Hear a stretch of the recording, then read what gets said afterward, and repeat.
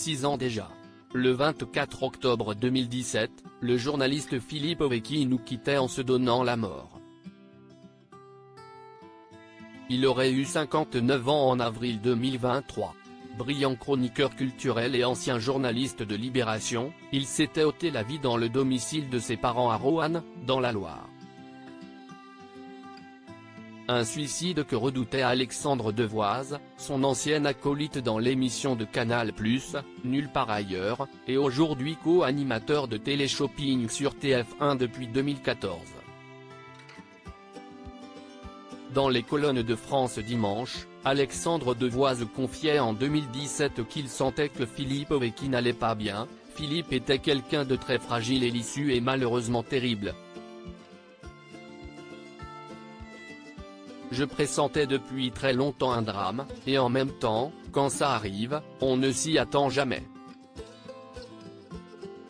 Si est super triste. Le présentateur du téléachat de TF1 avait expliqué que son ami Filippo Vecchi avait eu du mal à rebondir après ses années de succès sur Canal+. Il avait notamment rejoint les rangs de la presse écrite du côté de Lyon. En 2014, dans Voici, Alexandre Devoise était revenu sur ses relations avec son ancien binôme, on est toujours potes. Il vit à Lyon, il travaille toujours dans la presse écrite, comme il le faisait à l'époque. On est toujours en contact, il va bien, il est en pleine forme. Quel lien entre Alexandre Devoise et Filippo Vecchi? Alexandre Devoise a vécu comme un choc le décès de Filippo Vecchi, avait-il confié dans Téléstar. Je l'avais eu au téléphone 3 semaines avant, et l'on était tout le temps en contact, avait précisé l'ami du disparu dans cette même interview.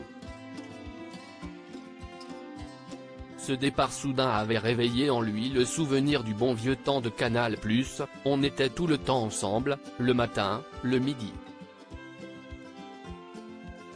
Ce fut 25 ans d'amitié et 10 ans à être ensemble 24 heures sur 24, si est une grosse perte pour moi, ajoutait Alexandre Devoise.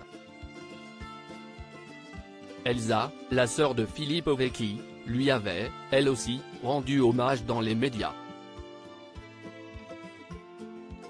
Nous devons maintenant faire face à l'immense tristesse de son départ et du vide qu'il laisse au sein de notre famille, s'était-elle attristée. Crédit photo, Petit Francis Zabaka.